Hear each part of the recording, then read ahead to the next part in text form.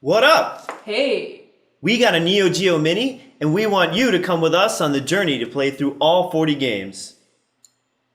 Don't do the arm thing when I'm doing the arm thing. I wanted to do the No, arm only thing. one of us can do the I arm wanted thing. to do the arm thing. It's me. I'm doing the arm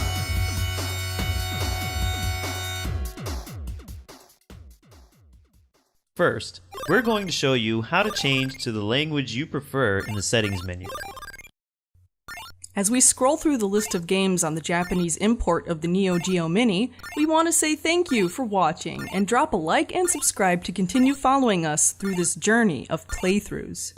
This is a wonderful lineup full of several classic fighting games with a variety of shoot-em-ups, run and guns, and even some sports games to offer a little something for everyone. Remember, the international version will have 14 different games, replacing some of these for a total of 40 on each version. And we'll be getting the international version as well, so keep watching for more NeoGeo Mini videos. Quickly, we'll demonstrate the image quality optimization feature. It seems to smooth out the rough edges and overall picture. We think it looks best for larger monitors and TVs. Now we'll turn it off to show how that looks more like it would on an older television. It looks really good when you're playing on the console's built-in screen. But for the rest of our video, we're going to leave on the smoothing option, as we prefer how it looks for these first 5 games. There are some other options under the screen menu here where you can change the aspect ratio from a widescreen or 4:3, and then these options down here where it seems to stretch the image to help fill your screen more. But overall, we prefer to not have the image stretched and maintain the original aspect ratio that looks the best for our screens. So let's get started!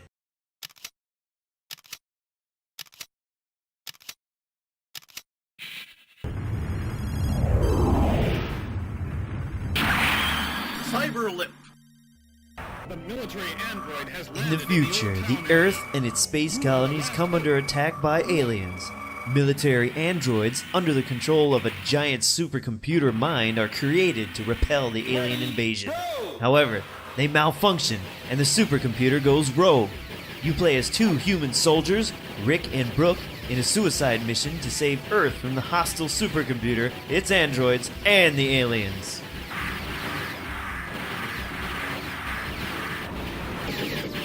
This is a very fun side-scrolling platformer shoot-'em-up game with great weapons, larger-than-life bosses, and a rockin' soundtrack. Look out below.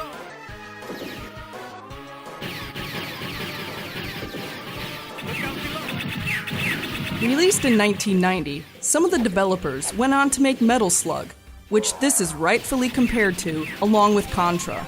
The story and imagery definitely draws from the Terminator, Alien, and other sources, coming together in an action-packed experience that will both challenge and entertain.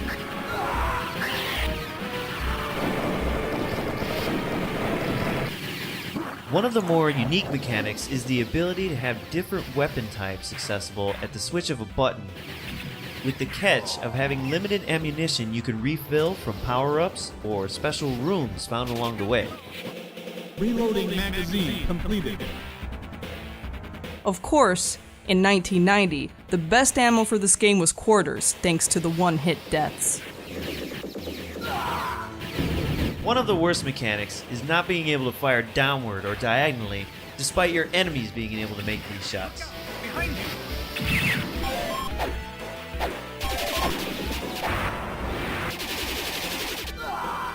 Look out below. Cyberlip has some funny English voice dialogue and a cool twist to its story. Absolutely worth a playthrough, especially if you're a fan of Metal Slug and Contra series. Another one bites the dust.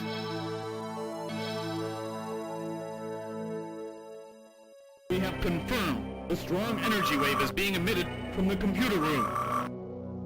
The computer is tracking our moves. Be careful. Okay.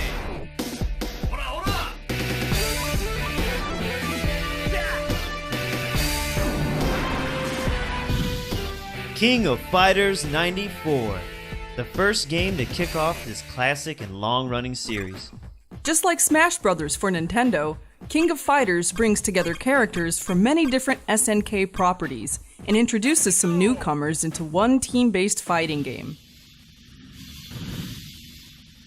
Yo, Bertha, dog, fight!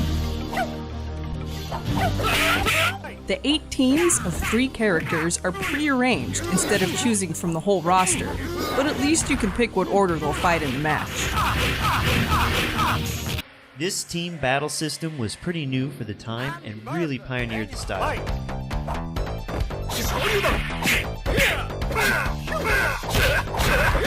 King of Fighters was well received after its release in '94 and still holds up as a fun, smooth fighting game that rivaled any other popular fighting game at the time.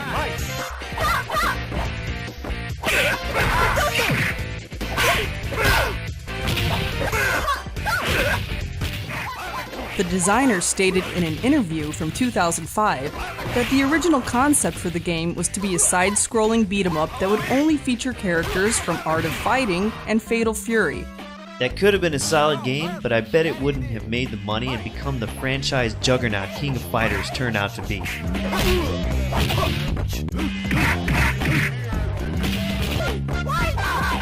It's out!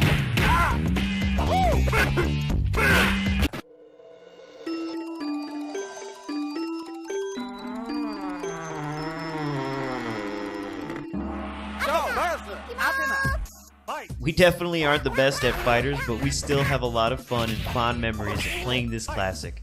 It's great to dig up the roots of this legendary series.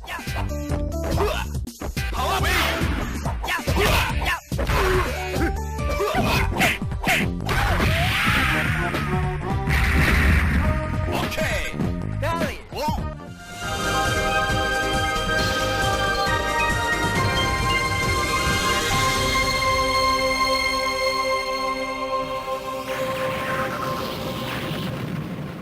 Play as cyborg pilots in this side-scrolling shoot-'em-up as they remember their humanity and battle the menacing AI and its cybernetic armies these ace flyers were once a part of.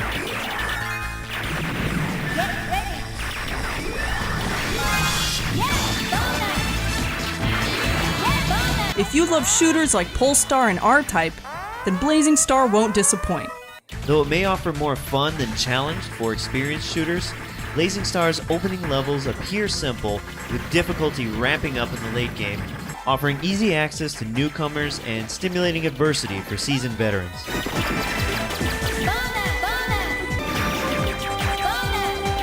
Variety is Blazing Star's strength, with 6 different ships to choose from with unique attacks that will morph and expand after every power-up acquired.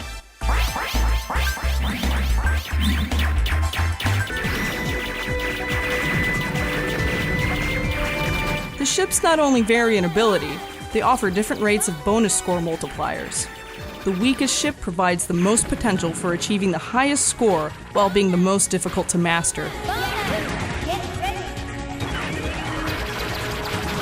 Fire button has 3 modes of attack when pressed slowly, rapidly, or held down. Once your shot is held and released, the second button can be pressed to disperse it, covering a larger area of the screen.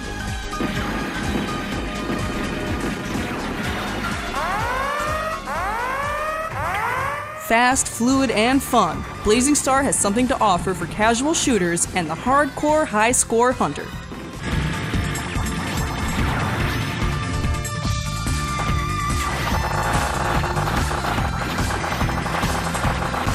Smooth graphics and gameplay pair well with the stellar soundtrack and simple but refined shooter design. The constant explosions and classic English text are sure to keep you smiling throughout your experience.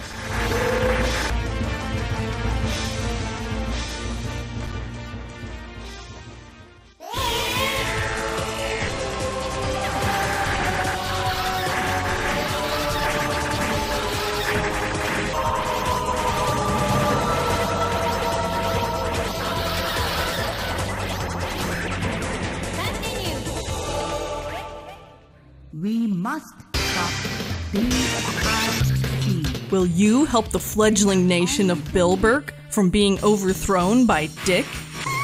Steel International Corporation has used the weapons and soldiers it produced to overthrow this newfound nation to use as a staging ground to threaten and dominate the world. This isn't Metal Gear, it's Shock Troopers. Second Squad.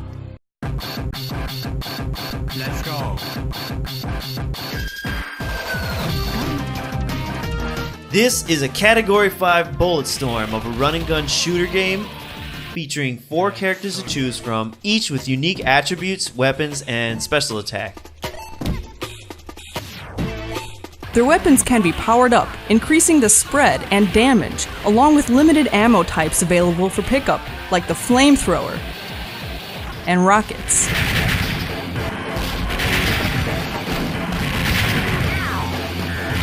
Vehicles can be operated with even greater firepower, allowing you to take additional damage while dealing more. Or just run over the bad guys.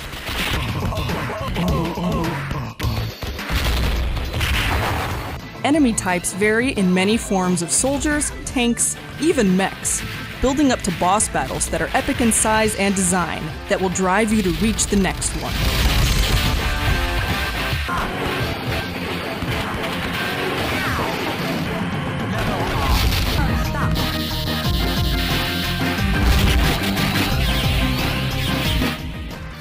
Beware the white flag waving soldiers begging for help.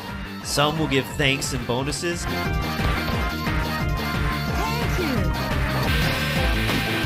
Others will tell you to go to hell while they explode.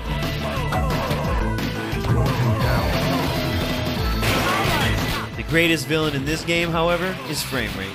Shock Troopers Second Squad uses pre-rendered backdrops with a pseudo 3D graphic style that looks very nice but pushes the original hardware over the top at several points and reduces the frame rate practically to a slideshow at times.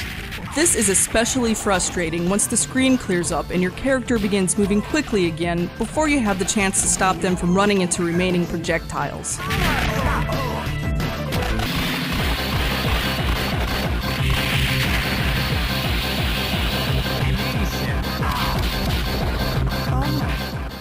Frame rate issues aside, the awesome music, cheesy voiceovers combined with intense action, and the ability to choose different characters and routes on the map provide for a heart-pumping run-and-gun experience, whether alone or with a friend.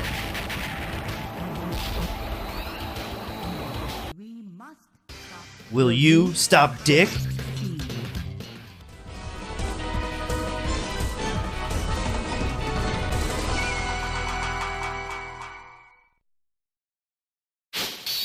Sengoku 3 is the first beat-em-up in our journey, and unfortunately the only one of this series on the Mini.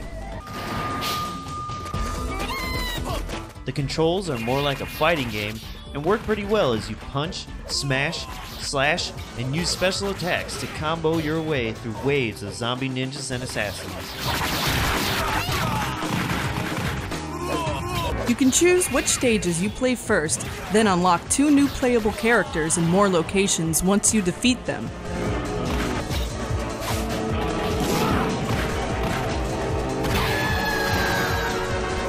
Each one has a unique style, and all play very well.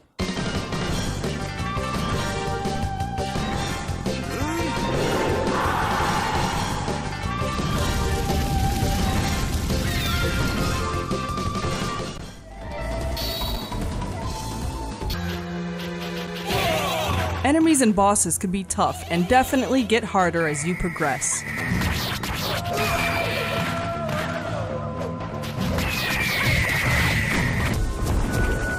However, they could sometimes have the really annoying habit of lingering off-screen, making them difficult to hit or lure out into the open.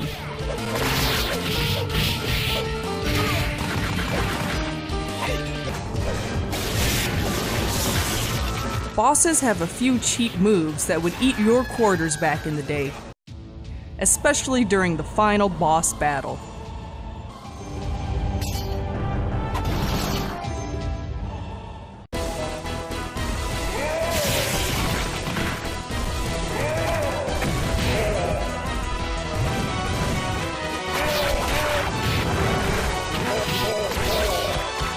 Otherwise, Sengoku 3's art style and design make for a great side-scrolling beat-em-up.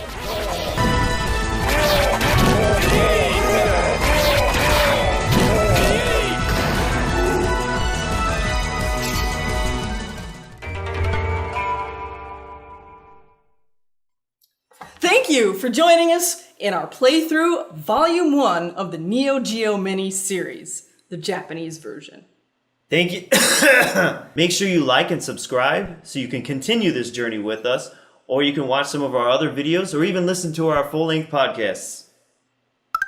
And if you've made it this far, you and we are Bit War! Veterans! Veterans! We were supposed to say it at the same time. Well, I'm sorry.